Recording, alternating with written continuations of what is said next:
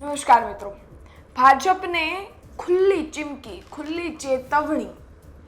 પદ્મિની બાવાળા બરાબરના વરસ્યા. પદ્મિની બાવાળા એક એવો ચહેરો જે ક્ષત્રિય સમાજમાંથી આવે છે અને હમણાં જ રિસન્ટલી તે આમ આદમી પાર્ટીમાં જોડાયા છે. અને એક મુદ્દો તો થોડાક સમયથી ચાલી જ રહ્યો છે, 2-3 દિવસથી, કે ભારતીય જનતા પાર્ટી છે એ કોંગ્રેસના ઉમેદવારો હોય કે આમ આદમી પાર્ટીના ઉમેદવારો હોય એમને ફોન કરી ડરાવી રહી છે, ધમકાવી રહી છે, લલચાવી રહી છે અને સાથે જ એ લોકોના ઉમેદવારોને સેફ રાખવા માટે કોંગ્રેસે તો એ લોકોને અંડરગ્રાઉન્ડ પણ કરી દીધા. પરંતુ આમ આદમી પાર્ટી એવું કહે છે કે અમે કોઈથી ડરતા નથી. અને તે ઉપરાંત જે પદ્મિની બાવાળા છે એમનો એક સોશિયલ મીડિયા પર વિડીયો વાયરલ થયો છે અને એમણે એવું કહ્યું છે કે ખુલ્લી ચેતવણી આપું છું, મને નામ પણ ખબર છે કે કોણ ફોન કરે છે, હું ઘરે આવી જઈશ, બાકી આ બધા જ ફોન હવે અમારી પાર્ટીના ઉમેદવારોને ન કરતા.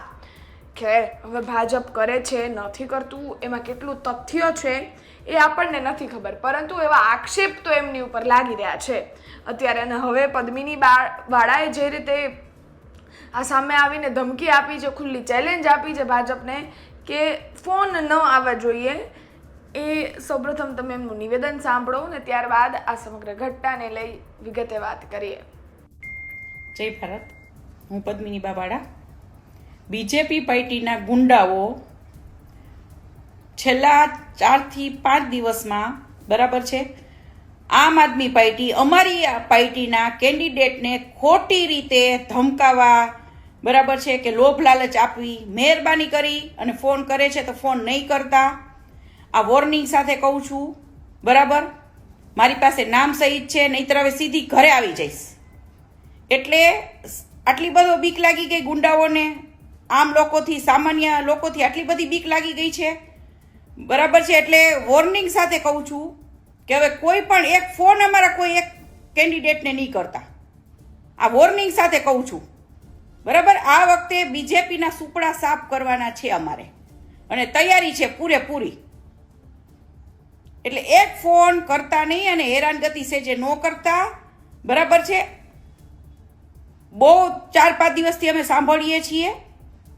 એટલે આ લાસ્ટ વખત વોર્નિંગ આપી દઉં છું, બરાબર, નહીંતર ઘરે પહોંચી જાશું.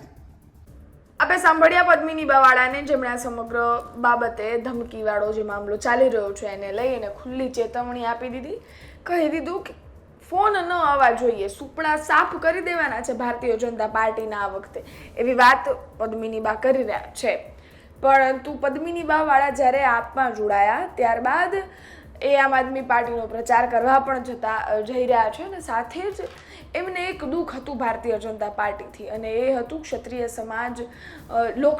ગયા વખતેની લોકસભાની ચૂંટણી હતી ત્યારે આ સમગ્ર બાબતે ક્ષત્રિય સમાજની મહિલાઓ છે એમની ઉપર કંઈક 2 શબ્દ ખરાબ બોલવામાં આવ્યા હશે અને ત્યારબાદ આ સમગ્ર મામલો છે એ એટલો ઉઠ્યો છે, એવું ક્ષત્રિય સમાજની મહિલાઓનું કહેવું છે. આપમાં જોડાયા તે પહેલાં પણ આપણે એક પદ્મિની બાનો વિડીયો જોયો હતો કે એમને કહ્યું હતું કે હવે ક્ષત્રિય સમાજની મહિલાઓને યાદ કરાવી રહી છું કે આ આપણો સમય છે, ભારતીય જનતા પાર્ટીને વોટ આપવાના નથી.